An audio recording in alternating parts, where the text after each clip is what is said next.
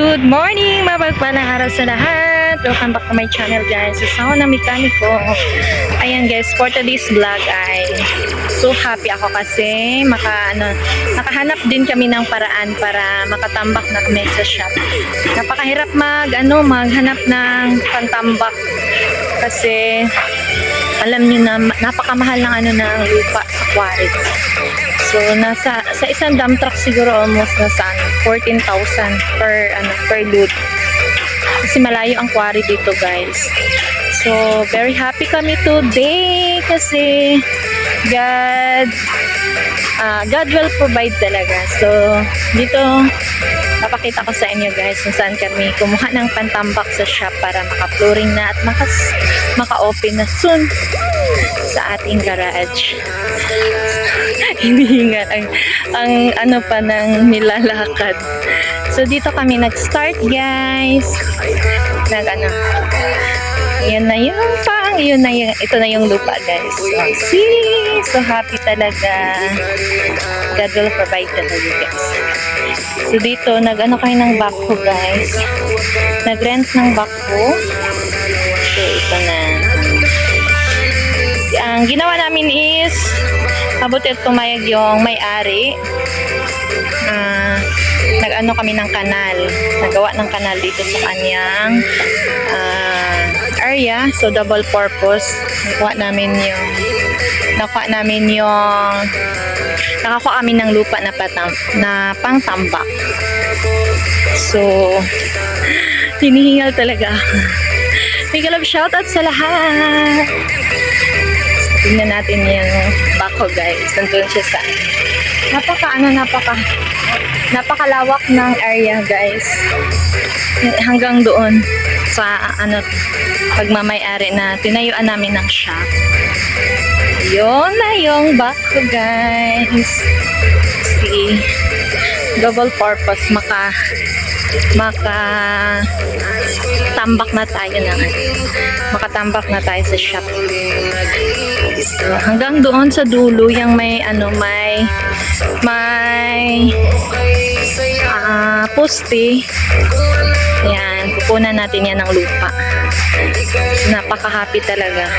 At least makalis tayo sa gasto. So dito thanks God at nakapasok ang backhoe kasi yan may tawag nito, malalim kasi dyan na part guys. Ayan, kasi dati itong palayan, ayan yung kasama niya palayan. Dati yung palayan, ito palayan to guys. Kaso balak itong gawing subdivision. So hindi na tinaniman ng palay. So yung mga tangkong na ang nagmamayari. So ayan guys. So nagpapasalamat talaga kami at nakakuha na kami ng lupa na pangtambak. So imagine, napakalaki ng gastusin pag quarry pa ang quarry ka pa magkuha. So ayan, napakalaki ng tulong ng nasa itignan natin. Kanina pa to siya nag-start. Malaki na pala yung na-shock na ako. Wow, tignan niyo yung tubig guys. Talagang may talaga siya dito kasi palayan ko. Malaki na yung so ang problema na naman dito ang truck. Paano makuha. So i-trust lang natin kay God ang lahat. O diba? So happy ang asawa ng mekaniko today. Salamat sa inyong pagsama sa akin guys. Team Kuruda, Team Puyaters, thank you so much. Hinihingal talaga ako. So ayan na guys, kabalik na naman tayo doon.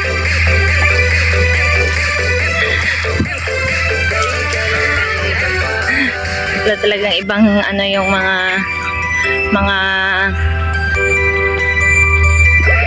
workers kundi nag-littering na lang sila kasi yan na lang hinihintay. Hinihintay nila yung pangtambak para maka-flooring na sila.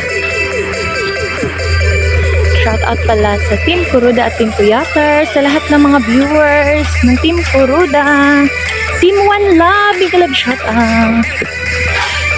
Sobrang hingal ko. Nag-littering na naman sila doon.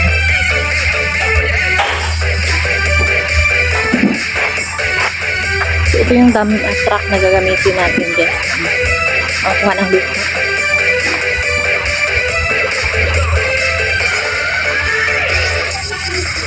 Pasukin muna natin saglit.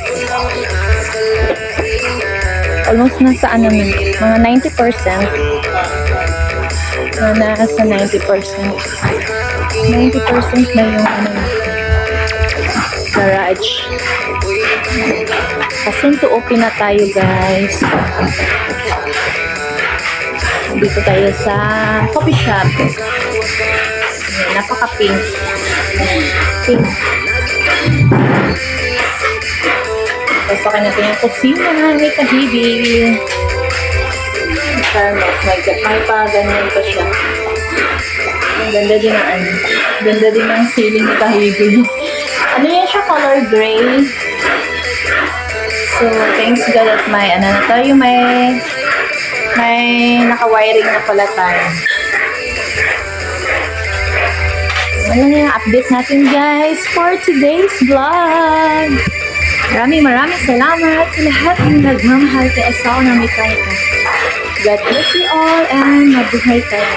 Ingat kayo, guys, and advance Merry Christmas!